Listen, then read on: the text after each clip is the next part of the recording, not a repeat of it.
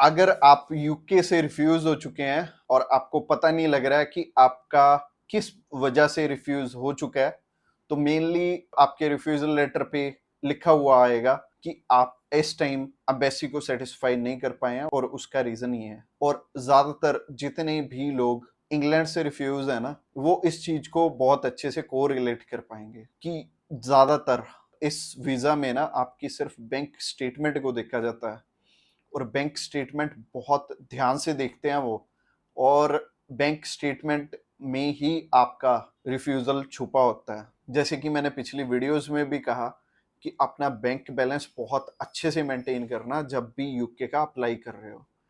तो अगर मान लीजिए आपका रिफ्यूज भी हो चुका है ना, अगर आने वाले टाइम में और आने वाले 2-3 महीने में अगर आप दोबारा से अप्लाई करना चाहते हैं इंग्लैंड का और इंग्लैंड में जाना चाहते हैं, या तो आपको डायरेक्टली इंग्लैंड का ही अप्लाई करना चाहिए और इंग्लैंड से वीजा ले लेना चाहिए। और इसमें जितने भी आप अपनी डॉक्यूमेंट्स है ना, आपकी फैमिली की जितनी भी अर्निंग है, अगर आपके फादर साहब भी अर्निंग है, आपकी मदर भी अर्निंग है और बाकी फैमिली में और भी मान लीजिए आपकी वाइफ है वो भी अर्निंग है, तो सबकी अर्निंग इसमें लगानी पड़ेगी कि मेरे पास सेविंग इसलिए हो जाती है क्योंकि हमारी फैमिली की एक बहुत अच्छी इनकम है और इस इनकम की वजह से मेरी सेविंग हो जाती है।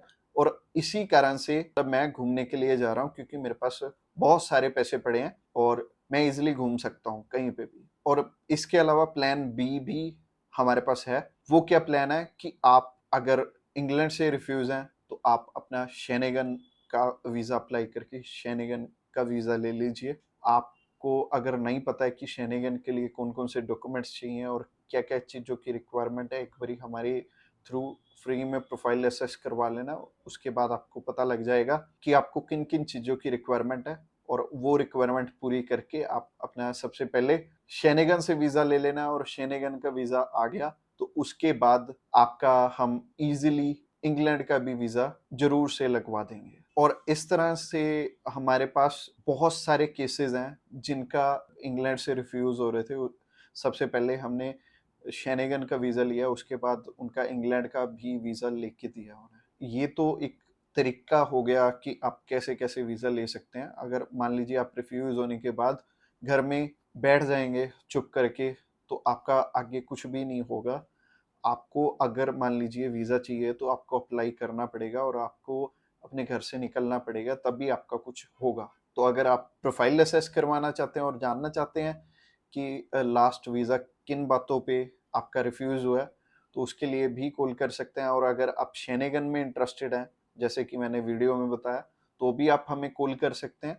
अगर मान लीजिए आप इस वीडियो को रात को देख रहे हो तो आप हमें व्हाट्सएप पे मैसेज कर सकते हैं। अगले दिन हमारी टीम जब भी आपका मैसेज देखेगी, आपको एज सुन एज पॉसिबल हमारी टीम कॉल करेगी और हम आपको हर एक चीज़ डीपली बताने वाले हैं। और अगर आपको अच्छा लगा तो आप हमारे थ्रू अप्लाई भी कर सकते हो और अप्लाई करने के हमारे बहुत नॉमिनल चार्जेस हैं। Thanks a lot for watching this video till